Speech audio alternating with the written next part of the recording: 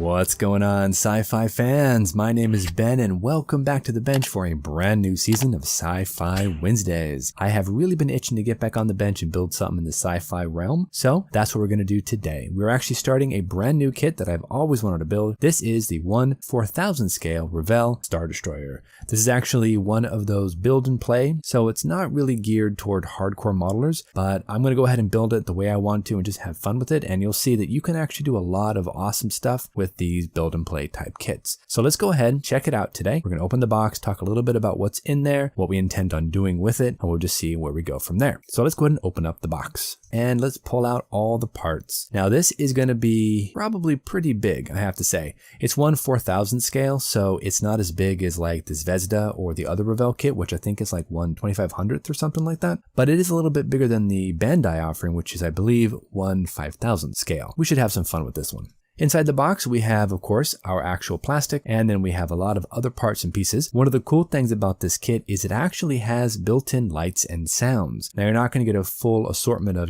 fiber optics and all that craziness, but you are going to get the 3 main thrusters in the back that supposedly light up. But I gotta be honest, the plastic looks pretty cool. Let's go ahead and go through some of the parts here. Everything is nicely packaged inside with some beautiful arranged packaging. So everything is nicely tight in there, so it's not going to roll around and get hurt or scuffed.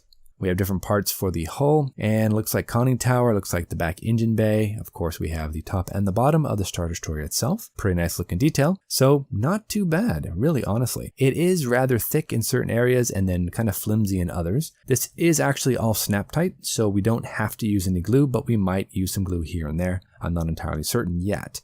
Here's the bottom of the Star Destroyer. As you can see, it actually is pretty long. A little bit flimsy in certain areas, but that's okay. I think we can go ahead and build it as is. It should be fine. Now we have a lot of the windows and a lot of recessed and also raised panel lines and raised detail. Everything looks like it's going to go together pretty decently. I think this is one of the top sections there for that hull. Probably goes on top of this area right here. And so you never know, but this actually looks pretty good. I like the look of that. On the back of the thrusters, looks like the detail is pretty nice back there.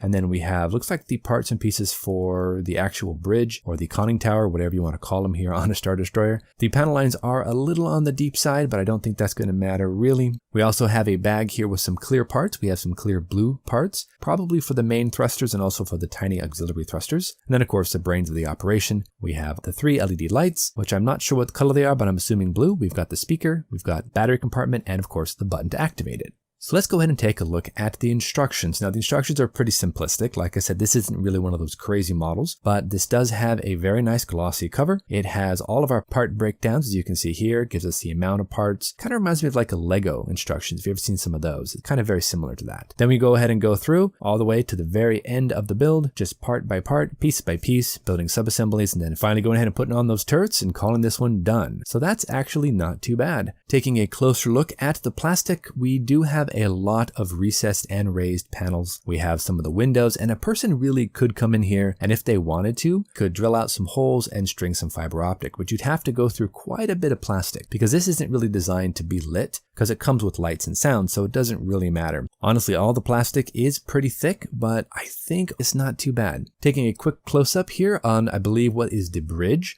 We can see a lot of detail, just tons and tons of detail. The underside of the actual Star Destroyer, we can see the Hangar Bay. Now this is a one-piece installation for rear and forward Hangar Bay. It just presses right down into the bottom of the Star Destroyer. And the fit is very positive. Doesn't feel like it's going to fall out, doesn't feel like it needs to have glue. And this is actually decently detailed. Yeah, you could probably get a resin upgrade for this and you can make that look even better. But to be honest, it's not bad for the price. And I think I paid about 35 bucks for this kit. Now, one of the interesting features of this particular model kit is that this has 3 built-in, almost like landing doors that you can fold out and you can display just sitting there on your coffee table or on your nightstand or wherever you want to put it. That's kind of interesting. And I think for beginning modelers or modelers just want to put something together and just call it a day, that's actually really cool. Don't need to have a base because it comes with 3 landing struts, you could say. But of course, that's not really that accurate. So what I want to go ahead and do is remove those and get rid of them. And that's going to be a little bit difficult to do because because like I said, this is designed to have those deployable so that you can place it on top of a table or on a bookshelf or something like that. But again, I want to go ahead and make it a bit more accurate to the movie, so we have to figure out a way to go ahead and to get these glued down, to fill them in, and of course to retain all of the nice detail that we have built into these. So that's going to be a bit of a challenge. I have a couple of theories though. I think I can do it. I'm just going to have to be kind of clever, and I might need to try a few new techniques I haven't tried before. These are some big gaps for sure. That's going to take a little bit of work. Now the whole brains of the operation, like I mentioned, is this little box right back here, and that actually slots down right into the back of the Star Destroyer. It's pretty heavy, like it's not light. So this holds the batteries, the speakers, and of course the LEDs, plus any sort of sound chip that actually has the sound effects. Now I haven't heard the sound effects yet, so I don't know what they sound like. We'll test that out at the very end of the build, so should be kind of fun. But as you can see, it slots right down in there. We have openings there for the speaker and openings for the button. So that's really nicely designed. Props to Revell for that. And that about wraps it up here for what's inside the box for our Revell Star Destroyer. It isn't gigantic like the Zvesda, and it's not really expensive like the Bandai kit. Like I said, I spent about $35 for this. I think the Bandai kit at the time of looking was about $55 to $60. So this is half the price and a little bit bigger. Yeah, it doesn't actually have all that crazy detail that the Bandai kit would have, and it's not gigantic like the Zvesda, so you can't really light it. I mean, you could if you really wanted to, but it's not really designed for that. So we're just going to go ahead and build this and have fun with it. And I want to see if I can't make something awesome